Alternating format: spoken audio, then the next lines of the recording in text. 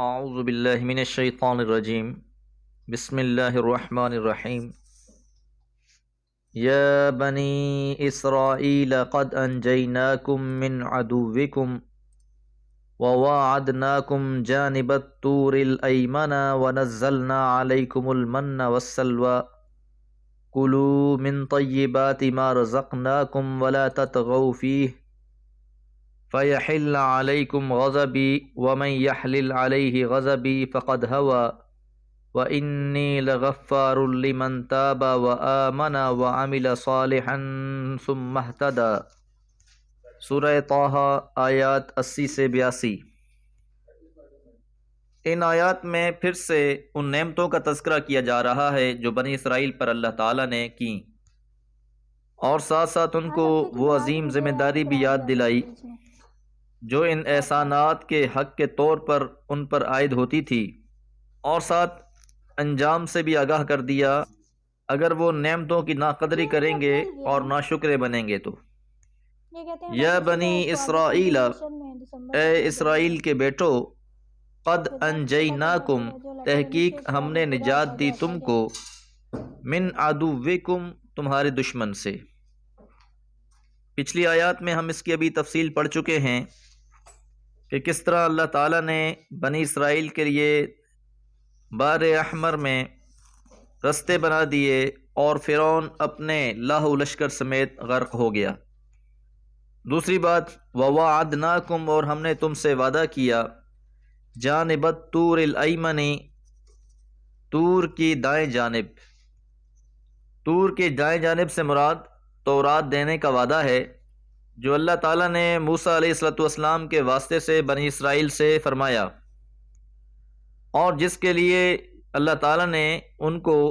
طور کے اس مقدس جانب میں بلایا جہاں مدین سے واپس ہوتے ہوئے حضرت موسیٰ علیہ السلام کو نبوت عطا ہوئی تھی۔ وَنَزَّلْنَا، اور ہم نے اتارا، علیکم، تم پر، المن والسلوى، من اور سلوہ۔ یاد رہے کہ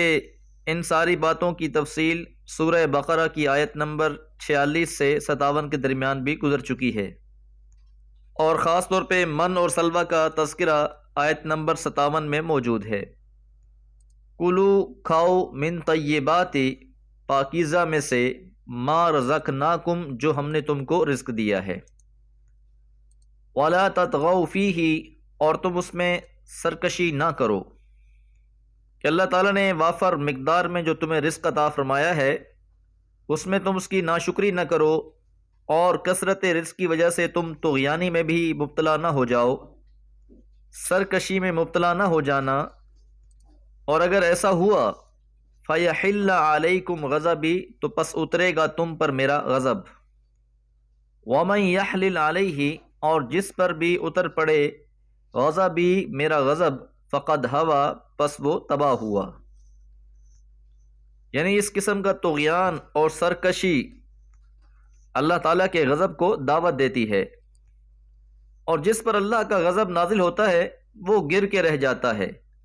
گر کے رہنے سے مراد یہ ہے کہ عزت کے عرش سے ذلت کے فرش پر جا گرتا ہے، اور یہ ماجرا ابھی وہ اپنی آنکھوں سے دیکھ چکے ہیں کہ جو خدائی کا مدعی تھا اس کا انجام کیسا ہوا۔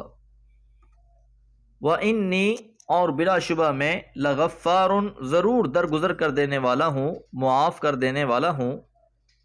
لمن تاب، جو بھی توبہ کرے۔ ہاں، جو انسان بھی توبہ کرے گا اللہ تعالیٰ پھر بہت زیادہ درگزر کرنے والے ہیں، معاف کر دینے والے ہیں۔ اور پھر توبہ کرنے کے بعد وَآمَنَ، ایمان لایا، وَعَمِلَ صَالِحًا، اور نیک اعمال کیے، ثُمَّ اهْتَدَىٰ، اور پھر اس نے ہدایت کی راہ اختیار کی۔ کہ اللہ تعالیٰ کی صفت ہے کہ اللہ تعالیٰ غفار ہیں، انسان سے خطا ہو جاتی ہے، غلطی ہو جاتی ہے، تو جو انسان بھی اللہ کی طرف رجوع کر لیتا ہے اللہ تعالیٰ اس کے گناہوں کو بخش دیتا ہے۔ البتہ مطلوب یہ ہے انسان سے کہ جب بھی وہ کسی گناہ سے توبہ کرے تو پھر اس کے بعد عمل صالح کرے، ایمان لائے، عمل صالح کرے، اور صحیح روش کو اختیار کر لے۔ دعا ہے اللہ تعالیٰ ہمیں بھی اپنی خطاؤں پر استغفار کی توفیق دی رکھے۔ وما علیہ الا البلاغ۔